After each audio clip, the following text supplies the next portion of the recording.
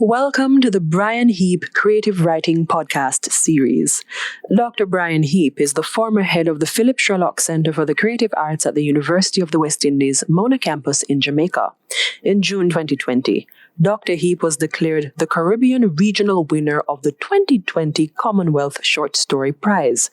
This marked the beginning of a series of events, which has culminated in this new series of podcasts highlighting the creative writing of young people in Jamaica and the Caribbean. This new series of podcasts, resulting from such an exemplary collaboration between a wide range of stakeholders, has contributed enormously in giving a much-needed voice to our creative young people of Jamaica and the Caribbean. We hope that you will enjoy each of these creative writing podcasts as we post them week by week.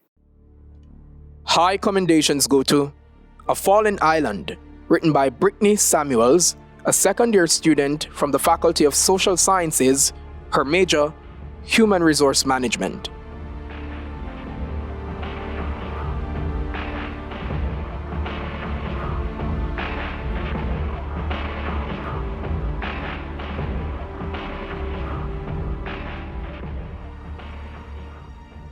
The sun was beginning to rise, and we were standing on the platform waiting for the train to arrive. My sister Dominique and I joined the Special Forces shortly after our parents died. It's been 9 years since the outbreak, and now we've developed systems to cope with the existence of zombies. The outbreak happened in Manchester first, then it spread to the entire island. Some parishes fell after the gates and the walls surrounding them had been breached. Now only 7 parishes remain. Some persons were able to escape on planes and boats to other countries, but soon after the news broke, they closed their borders in fear of contracting the virus. Some even tried to flee the country in their air cars, but they weren't built to cover that much mileage, so they plummeted into the ocean halfway into the journey. Now only 1 gate in each parish is in use, and it is for the railway systems that is used to transfer goods and raw material from one parish to another. We, the Special Forces, accompanied them to fight off any excess zombies that may block the path or climb onto the train. "Look who arrived early today," Tyree smirking, walking towards us. "You're acting like we're always late." I rolled my eyes. "That's 'cause you are." Dominique's lips twitched a little. I gave her a sharp look to remind her whose sister she is. "You're such a comedian," I replied sarcastically. "What? Hines, you're here early," Monique shouted as she made her way over to us with Emile a foot behind her. "That's what I said," Tyrese laughed. "Whoa, so that's how it is, huh?" I said, eyeing them in a mockingly resentful manner. "Cheer up, Robin Hood. We all have our flaws." She giggled, then patted my shoulder. "Where's Janae?" Dominique asked, looking around for her friend. "She'll be going on the 12 p.m. train today." "Oh. All right, line up. The train is gonna be here any minute now." We all rushed to our positions, a sea of black and gray camouflage spanning the station, ready to transport fabric to Trelawney. A royal blue and black train came cruising slowly towards the station. The doors smoothly slid open, and we all filed in and quickly walked to our stations, on the balcony, along both sides of the train. Each of us stood 5 feet apart from one another. My sister and Emile to the left of me, and Monique and Tyrese to my right.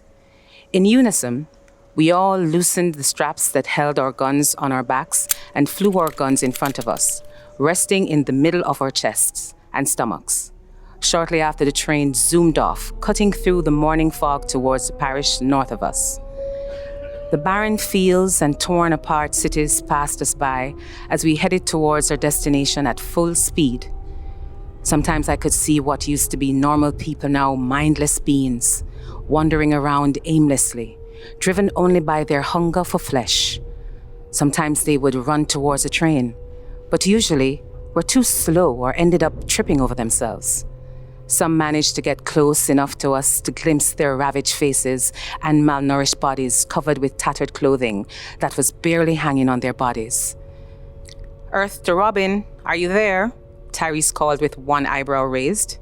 "What?" I looked over at him. "Nothing, I was just wondering where you went, that's all." He shrugged and fixed his eyes back on the ruins in front of us. I'm hungry. Can't this train go faster? Dominique pouted, then shifted her weight to one leg. You're always hungry. I rolled my eyes. Me too. Shouldn't we be in Kelits by now? We left Spanish Town like an hour ago. Yeah, the train seems to be getting slower. They definitely need to service them, or we might die on one of these trips, Monique added. Do you always have to be this grim?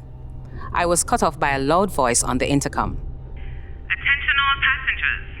I just got word from Brownstown Station. St. Anne has been breached and they are not opening any of their gates. We are not able to turn around at this moment, therefore we will make a detour through Frankfield, Clarendon and Manchester. Their station have been open since they were breached. Please remain calm. We will reach Trelawney safely. What? Are they crazy? Clarendon and Manchester are overrun by zombies. We'll never make it. Relax, Monique. We're going to survive. It's what we've been trained to do. Shut up, Tyrese. You don't know that. There could be hundreds and thousands of them. I heard stories of trains diverted from routes and never resurfacing. You know what happened? They all got eaten. Don't be so extra. We're in Kelits right now, and there's barely any zombies. Yeah, but who knows? Maybe Frankfield has more. And how will we return if St. Anne has been breached? That's the million-dollar question, Emile chimed in. Well, I guess we have to brace ourselves and hope for the best, I sighed. I was anxious, but I didn't want my little sister to see me worried. It might make things worse for her, too. Yeah, right, Monique huffed. Are you okay? We'll get through this, okay? Just be vigilant. I tried to sound as hopeful as I could, but she just nodded in return and fixed her anxious eyes on the fields ahead of us. As we journeyed further into the fallen parish and more zombies became visible, the tension in the air seemed to get thicker. Everyone stared at the ruins in front of them with laser-sharp focus, some of us too nervous to even speak. My hands started to sweat while holding my gun. I held on to it as if my life depended on it, and it really did. At first, there were normal amounts of them, but then, when we entered the fallen cities, their population began to rise. There are more of them here, Emile said as she scanned the area. No shit, I breathed. Look over there, someone further down the train called out. I followed their pointed finger and immediately widened my eyes and felt my chest tighten. There was an enormous group of zombies gathered at what used to be a shopping center. Oh shit! I could hear people gasping and cursing as they saw exactly what we feared we would see. Some of them turned around and started to make their way towards the train. Not long after, most of them joined in pursuit of food. My hands trembled as I raised my gun. You're fearless. I'm fearless. Look at that. Another group is heading towards the head of the train. Everyone get ready. I looked at my sister and my friends, and we all silently nodded to each other and then returned our focus to the target at hand. I focused my gun on my targets and squeezed the trigger. Some crumbled to the ground, but others were more stubborn and kept advancing. My heart pounded in my head and my breathing became ragged as the swarm grew larger. Like a wave, they came crashing onto the train, so close we could see the flesh on their faces rotting away. Dominique shrieked as some started reaching towards us, but she held her own and shot down any that got too close. Soon after, I heard earth-shattering screams down the train and guns firing more frantically. A huge lump grew in my throat as I realized what was happening. We were being overpowered. We're going to die. I kept my finger on the trigger, taking down anything in front of me, but they were too much. As we shot down a set, like the head of a hydra, a new set appeared. I upgraded the power of my gun to the highest pressure, which took more energy. God, I hope this lasts till we get somewhere safe. The high-pressure bullets blasted huge holes in their flesh as they came in contact with their skin. I aimed for their heads and hearts. There was no surviving a hit like that. However, even that wasn't enough to keep them at bay. I heard another scream. This one was closer. I turned to my left and saw them dragging Emile's body halfway through the railing. He held onto the railing as he kicked around, trying to loosen himself from their grip. Tyrese ran to his rescue, shooting at the zombies that were attempting to drag him away, but their grip on him was tight. I swung my gun over my shoulder and ran towards him. I bent down and wrapped my arms around his. I pulled with all my strength, but he barely budged. Tears streamed from his eyes as he cried, "Don't let them take me, please." I pulled harder, but it was no use. Suddenly, I felt another arm wrapped around my waist. It was Monique, crouching down behind me, helping me to pull him up. I fixed my grip on Emile, then counted. 1, 2, 3, pull! We gathered all our strengths and finally loosened Emile from their deadly grip. We all fell on top of each other like dominoes and quickly dragged him further onto the train before helping each other up. "Are you okay?" we asked, looking over his body. "Yeah, thanks. Thought I was a goner," he breathed, still trembling from almost becoming the zombie's meal. "Don't go so close to the railing again." Tyrese handed him his gun, which he dropped in the tussle. "We don't want to lose you." "Yeah, it was my stupid mistake. Thanks again." I walked back to my post, wiping away tears I didn't realize was rolling down my face till then. My sister looked at me with sympathetic eyes, but I don't want sympathy. I'm not sad. I'm angry. I almost lost my friend. I bit my lip and continued to take down as many as I could. Just as I was beginning to lose all hope, a dark shadow formed above us. As I looked up, to my heart's delight, it was a fleet of 5 jets floating above us. They released what seemed to be grenades or some type of miniature bombs, and they exploded in a crowd, sending bodies everywhere. They did so repeatedly, until the swarm turned into piles of disfigured bodies, then escorted us the rest of the journey. Who are they? Are they special forces from Trelawney who knew we were taking this route? Could be. I eyed their jets, looking for any familiar symbols. Well, whoever they are, I hope they have food, Monique shrugged. We all chuckled and nodded our heads in agreement. After what felt like ages, we finally came to a stop at a parish gate with St. Elizabeth engraved in a huge titanium gate. We all gasped and looked at each other, shocked. St. Elizabeth still stands? I asked as I looked at my peers, confused. I thought it fell years ago, along with Manchester and Westmoreland. Dominique added with her forehead creased with concern. Me too, but the gate is locked and in perfect condition as if people lived inside. The gate opened as we neared it. As we entered inside the parish, we got even more confused. The building still looked run down and deserted, but no zombies were in sight. We all glanced at each other in awe again. How could this be? They were breached. "I don't feel good about this," Emile muttered. "Me neither," I agreed.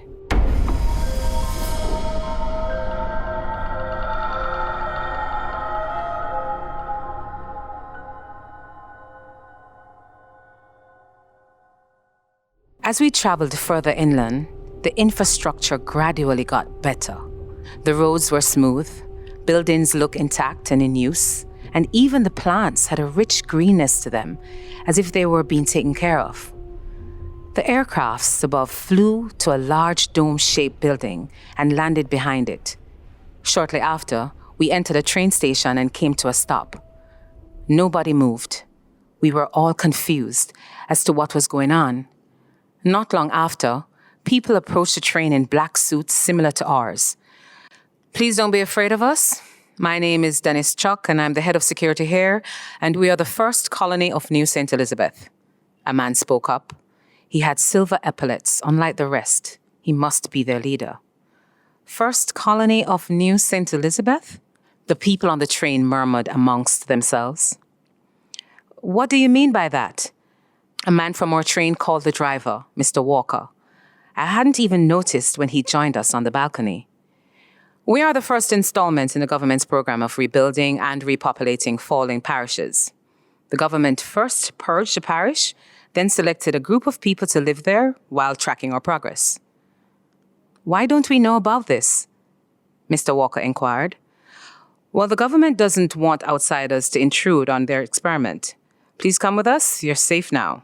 He smiled, scanning our faces. Something about his smile seemed phony, rehearsed. "We'll see about that," Emile said as he narrowed his eyes on Dennis. We all slowly exited the train, carefully eyeing our environment, searching for flaws. They led us into a square-shaped 3-story facility. Inside was painted gray with white and black furniture. People were walking around like any normal facility, some in white lab coats, some in soldier uniforms, and some in business attire. Most stared at us for a while and then kept moving. Must not be used to seeing visitors. They led us inside a room towards the back of the building, which revealed a cafeteria much like the ones at school. They seated us, presented us with food, then disappeared. "This is just weird," Dominique let out. "Yeah, his excuse for government not letting the public know about this is poor," Emile said whilst eyeing the food in front of him suspiciously. "How did they even get rid of the zombies?" I played with the beans in my plate while trying to understand our current circumstance. "Maybe they bombed them out," Tyree shrugged. "But then the radiation from the bomb would make this place uninhabitable," I said frankly. "And wouldn't we hear the bombs and hear about radiation spreading over the functioning parishes?" Emile added. "And why didn't they just escort us to Trelawney? Why bring us here?" "Okay, enough with the questions. I'm tired. Can we just eat?" Monique groaned. "What if they poison the food?" Tyrese poked with a smirk on his face. "Ah, shut up, Ty." We all laughed and dug in. After we ate, we hung out on the field behind the facility for just a while. Then they showed us to our rooms on the 3rd floor. The room was gray, just like the main floor, with bunk beds lined up in 4 rows. Who sleeps up here? Do they always get guests? I plopped down on one of the beds to the left corner of the room with the window above it. The mattress was hard, like the ones they use in the army or prisons. "Don't know. Maybe their soldiers do." Dominique climbed up on the top bed. "How long are we staying here?" "We should ask Mr. Walter." Speak of the devil. We all turned to see Mr. Walker walk through the door and quickly went over to him before anyone else could. "Mr. Walker, when are we leaving?" I asked first. "We should be out of here in 2 days. We need to make sure those injured are well rested and repair any broken parts on the train." 2 days? You trust these people? "We need to go," I pleaded. "Robin, calm down. I spoke to Mr. Chuck and notified Trelawney about the incident. We're fine." He patted my shoulders and looked at us with reassuring eyes before walking off to talk to someone else. Later that night, all 4 of us stayed up discussing conspiracy theories about the secret colony and its development and purpose. They all fell asleep while talking, exhausted. I stayed up, thinking about what Mr. Walker said and the events that took place today. Something's not adding up. I heard vehicles in the distance. That's odd. I got up and peeked outside my window and saw automobiles entering and exiting the compound next to us. I slowly climbed out of bed and went over to the bed next to us and tried to wake Dominique up. "Get up." I shrugged her shoulders, but she just turned around and went back to sleep. "Dominique, get up," I whispered while slapping her cheeks. "What?" she grumbled, half awake. "I need you to come with me." "For what?" "It's in the middle of the night." "Damn it, Dominique, just get up." I yanked her arm. "Okay, what is it?" "Look out of your window at the building next door," I instructed. She got up and looked out. "What's happening? Why are people coming in so late?" "That's what I want to know." "Let's go see." "Are you crazy? You want us to sneak into that building by ourselves? We don't even know what's in there." "Well, something shady's going on, and I don't want to find out when it's too late. I'm going to find out now," I whispered, my voice laced with determination. "Fine, I'm coming, but we better not get caught." "Aren't you bringing your gun? You plan on shooting someone?" She looked at me with an eyebrow raised. "Maybe." We quietly snuck out of the room and tiptoed down the hall. We decided to use the stairs in case someone entered the elevator and caught us on our way down. We stopped and leaned against the wall after descending the steps. She poked her head out, looking to see if anyone was around. "We can't go through that door." "Yeah, but I don't see a back door." "There's one in the cafeteria." We made sure that the coast was clear, then slid into the cafeteria. We looked around, then quickly ran to the back door. Luckily for us, it wasn't locked. As we stepped outside, the cool night breeze gently kissed our skin. We crept around the corner, then paused. What are we doing now? We can't just waltz over there, they'll see us, I pointed out. Hold on, I'm thinking. Oh, now you're thinking, she retorted. Let's crawl on our stomachs over to that door at the side. People enter and exit all the time. It's not locked. Are you hearing yourself? We can get caught if someone opens it when we're about to. No one has gone in and out for a while now. Shut up, let's go. We crawled on our elbows and stomachs like we did in training. Pebbles and other sharp objects dug into my arm, but I bore the pain till we came up to the barbed wire fence dividing the two compounds. I opened the wire as wide as I could so Dominique could step through. Then she reciprocated the action for me. We began crawling again until we reached the building. We waited a while to see if anyone was coming, then got up and tried the door. It opened and we quickly slipped in. The room was dark and quiet. We turned on the torchlight on our watches and noticed a staircase at the side.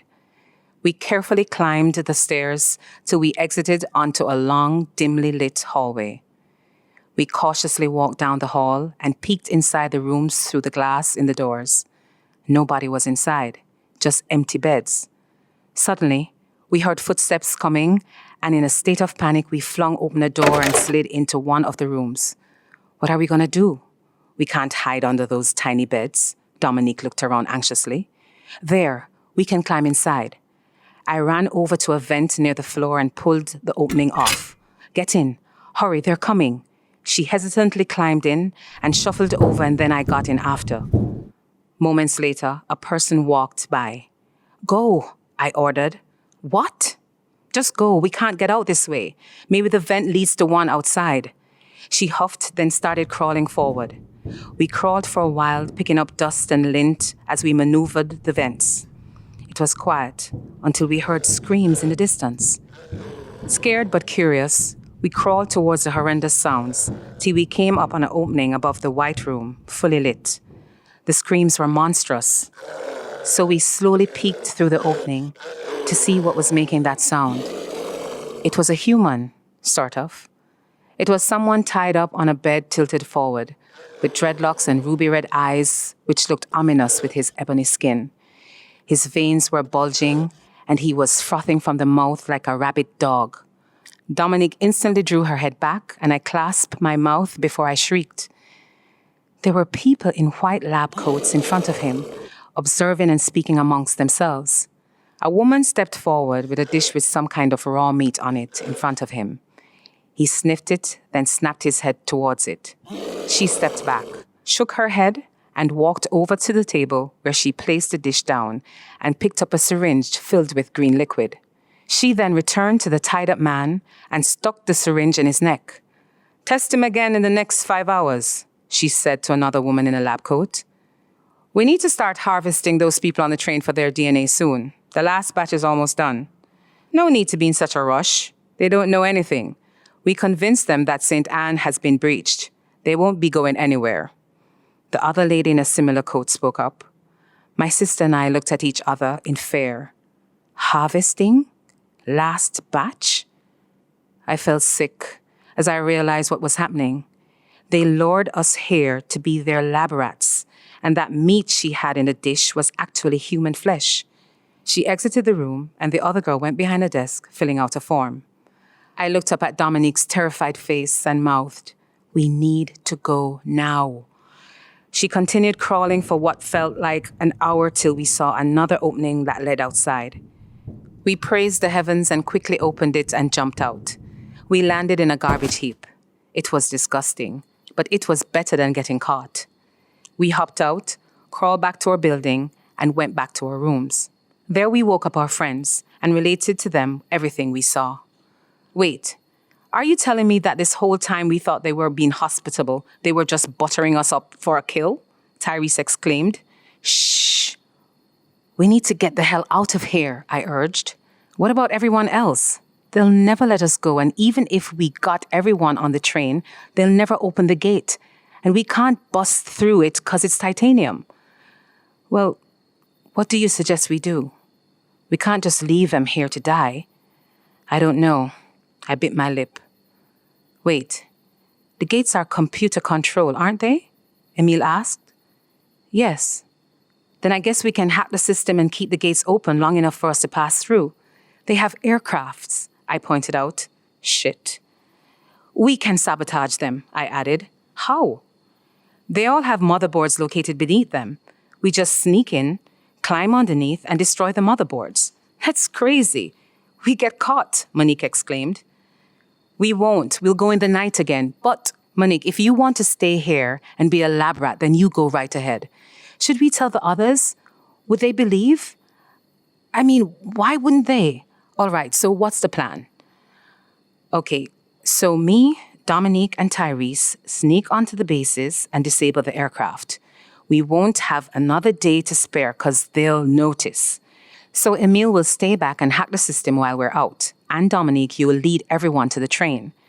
We can't use the road to get to the station, so make sure everyone crab crawls to the forest behind our building. Then when inside, walk through the forest to the station up the road. Send a message when you guys get there. As soon as we're finished, we'll meet up with you at the station.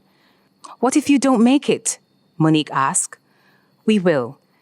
Deep down, I knew there was a possibility we won't make it back, but we have to try or die trying.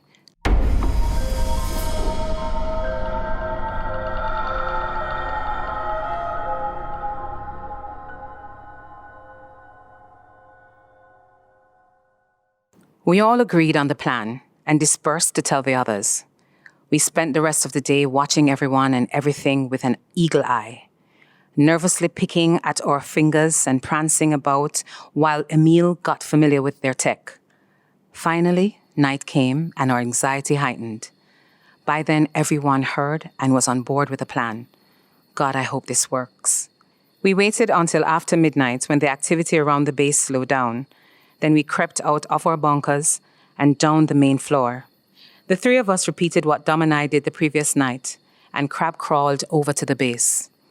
We paused for a moment, then got up on our knees and crawled over to the aircrafts behind the building. We quickly snuck under the aircraft and fiddled around to find the motherboard. We found it and quickly pried it open with our makeshift tools. As soon as I got it open, I just started cutting all wires I saw till I was satisfied enough. I rolled out and went under a new aircraft. Eventually, we got the job done.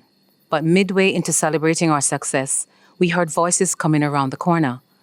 We looked at each other in terror, then quickly crawled back under the aircraft. The voices came closer and closer till they were standing in front of us. I thought I heard someone around here, one said. Yeah, me too, the other replied. I tried to stay as still as possible, barely even breathing. Anyways, boss want me to work on those blueprints for another lab, so I need to get going, one said, then walked off.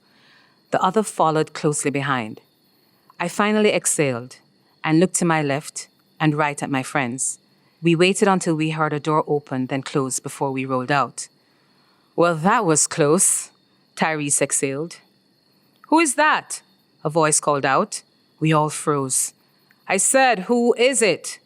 We heard footsteps coming closer, and that's when we decided to make a break for it. We ran straight for the forest with a man at our heels. While running, we heard gunshots, then suddenly heard something hit the ground behind us. It's Tyrese. He was bleeding through his chest and mouth. We looked at him in shock. The world seemed to slow down. Dominique ran towards him, but I held her back. We have to go. He's gone, I whispered, my throat hoarse. No, she screamed. Another bullet whistled past us. I grabbed her hand and started running. She resisted at first, but eventually complied. We ran as fast as we could, with tears streaming down our faces. Beep, beep, beep. It was my watch. I tapped it and Emil's voice came on immediately. We're on the train and I've gained access to the gate system. Where are you guys? We have been caught by a guard. What? We're running to the station right now, but they're probably onto us. Start the train. No, start it. We'll catch on at the back. I hung up before he could protest more. Soon the station was in sight. The train was already moving. I sighed in relief. They followed my orders. I gulped down and ran even faster, trying to catch up with it. At the back, I could see Emile and Monique waiting for us on the balcony. Their faces dropped as soon as they realized Tyrese was missing. Soon we were directly behind the train on the tracks, stretching our hands as far as we could to catch a hold of a railing to jump on. Monique and Emile both leaned against the railings and stretched towards us. Our hands skimmed a few times until we were finally able to get a good grip to help ourselves up. Dominique was the first to get up, then me. We quickly climbed over the railing and slid to the floor panting. "What happened to Tyrese?" Monique asked. "He couldn't make it," I mumbled, barely looking at them. We slowly walked inside without exchanging words. The silence was broken by a barrage of gunfire. They caught up with us. We cocked our guns through a small window near the roof of the train and fired back. We exchanged bullets for a while till we reached the gate. It slowly opened and the train drove right through. As soon as we were out, Emile closed it, locking them in. "I've overridden the system. They won't be able to get in for the next 24 hours. We're good." I collapsed onto the floor, partly from exhaustion and partly from joy. "Do you think we should tell Trelawney Special Forces headquarters about this? Do you think they will believe us?" Emile asked. "Something tells me they already know," I muttered. "So what do we tell them?" "That we were attacked by zombies and we got delayed. I don't trust anyone." They agreed, then collapsed beside me. We stared at the starry sky through the little window in silence, each of us comforted by each other's presence, till we descended into deep sleep. You just heard A Fallen Island, written by Britney Samuels and read by Nadean Rawlins, a Philip Sherlock Center for the Creative Arts production, sponsored by Chase Fund.